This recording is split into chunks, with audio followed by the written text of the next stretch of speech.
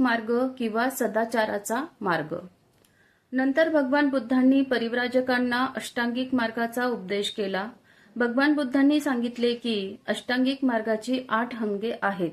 भगवान बुद्धांनी सर्वप्रथम अष्टांगिक मार्गाचे सर्वात पहिले महत्वाचे अंग सम्मादिट्ठी म्हणजे सम्यक दृष्टी हिच्या स्पष्टीकरणाने आपल्या प्रवचनास सुरुवात केली।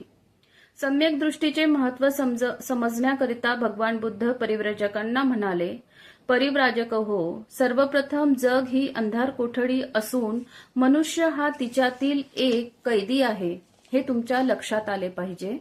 ही अंधार कोठडी गडद अंधाराने भरलेली आहे। अंधार इतका आहे की कैद्याला काहीही दिसत नाही।